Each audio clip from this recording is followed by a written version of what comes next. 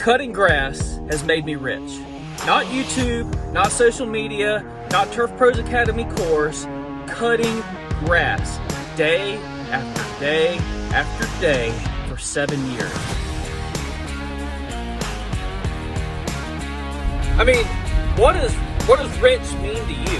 Let's talk money. Is it 100,000? Is it 200,000 with good margins? Is it 300,000 with good margins? I bet most people, if they said that they were earning 250, 300,000 with good margin, they would feel like money was not a problem. They would feel rich. I bet if people could control their time with their lawn care business and got to decide what days they worked, if they needed to be off for something important, I bet that would make them feel rich. I bet if you built a business from the ground up and it was something that you were proud of, you know, and an asset that truly benefited your family, I bet that would make you feel rich. And while I may not ever be private jet owner rich, I can tell you this, the lawn care industry has put me in a position where I feel rich. I don't worry about money. I can control my time, and my business is an asset to me and my family. I have discussed in length, in detail, in YouTube videos on per man hour rate and why you need to understand that and why it's important to have a good grip on that. But unless you're physically checking that a couple times a year, you don't know if scope creep is happening in your business. You don't know if these lawns are taking longer than they did earlier in the year. I'm literally servicing each one of these yards by myself solo at a normal pace to see what the per man hour rate is on these lawns. Now, everybody has their own per man hour rate, but here's the trap. Good enough or acceptable per man hour rate is not good enough. Look at it this way. If you are a solo guy or if you have a small crew and y'all are tapped out, if you are tapped out in what you are doing and you got a full schedule, man, why do you have some lawns that you're getting $65 a man hour on, and then you got some lawns you're getting $130 a man hour on? My argument for you would be this. If there are lawns in your market that are supporting a higher per man hour rate, what do you think you need to do if you are maxed out with your service schedule? One of two things.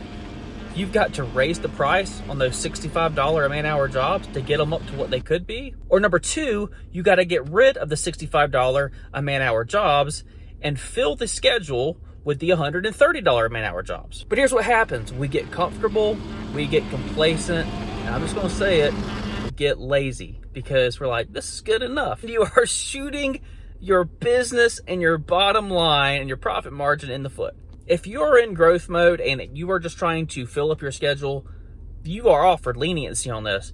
But if you're like one of the hundreds of lawn guys out there that have a maxed out schedule and you are getting per man hour rates all over the board, you got to fix this, man. You say, well, John, like, I'm kind of maxed out, but I don't want to take the risk of losing half my friggin' accounts for raising the prices. Okay, I get that and I hear you, and I would like to make a suggestion, and here's what you do. If you're scared to raise the price, then just do it on 1/3 of the losers. And whenever I say losers, I'm not calling your clients losers. I'm talking about the loser yards. And again, a good enough lawn, that's a loser yard. Okay, I just finished up a lawn and the time was 14 minutes. It was 13 minutes and 45 seconds. Let's call it 14 minutes. I went at a normal pace. I got $45 for this lawn, okay? So again, time divided by 60, which is 14 divided by 60 is 0.23. You take that number and you divide it into your price, okay? So again, this lawn was $45 divided by 0.23.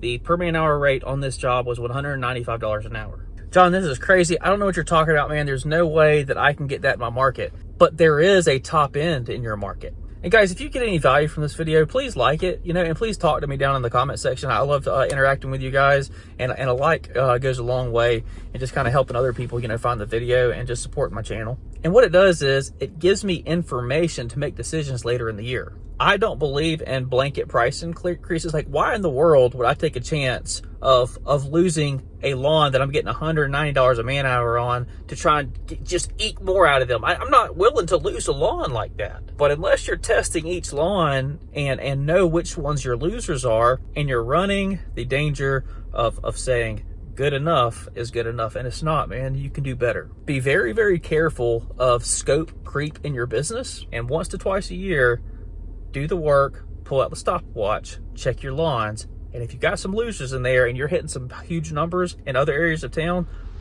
That gives you information on what you need to be doing, where you need to be putting your marketing material, who you need to be hand-holding and treating like A-list clients. I said it. It's just the way it is, guys. Business is business. Take care of your clients, do a good job. At the end of the day, if your schedule is full, you owe it to yourself to book your schedule with the absolute most profitable yards. Y'all take care.